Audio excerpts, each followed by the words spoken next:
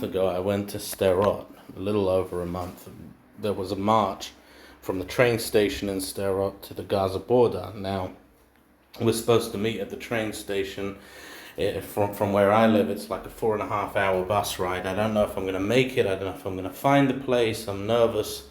I'm groggy and disorientated. I get there, no one's there yet, and I had to wait like an hour and a half. When I'm standing around trying to get my bearings on the place, this bloke comes up to me with a camera.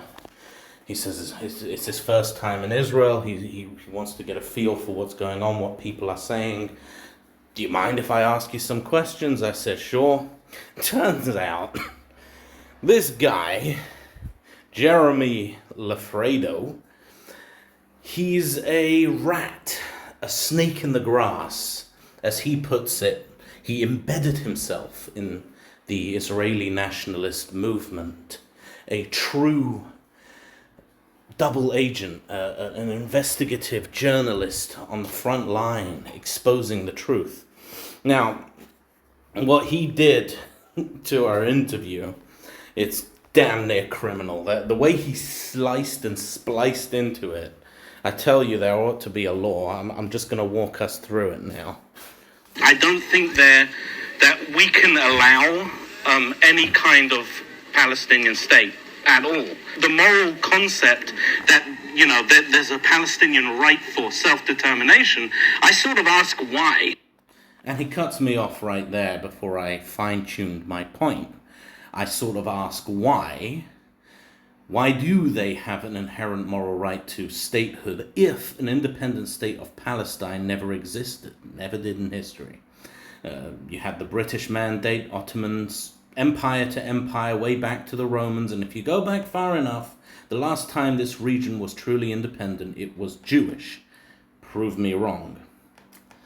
Side note, I'm kind of glad this was cut, because in the full interview, I used the example of India and how their argument for their inherent right to self-determination is, unlike the Palestinians, there was a time before the British Empire where Indians self-governed unmolested by any external force.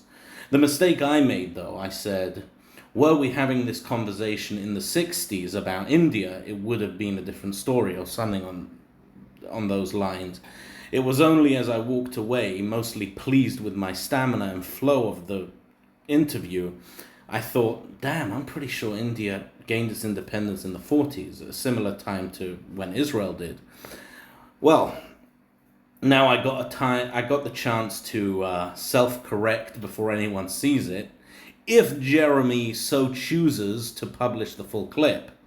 And you'll see, this is tame. The devious cherry-picking of my words only gets more conniving. But I'm just kind of curious how Jeremy essentially didn't share any of my main arguments, as you'll see further on. It's really pathetic.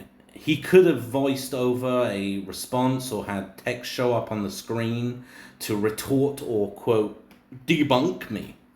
In the end of the day, considering it was an ambush, he acted sympathetic or at the very least neutral when he showed up. I wasn't combative or on the defensive in any sort of way. He had full editing control. He truly gets the final word of a debate to which I didn't even know I was having, yet he couldn't even steelman me. Stay tuned for part 2.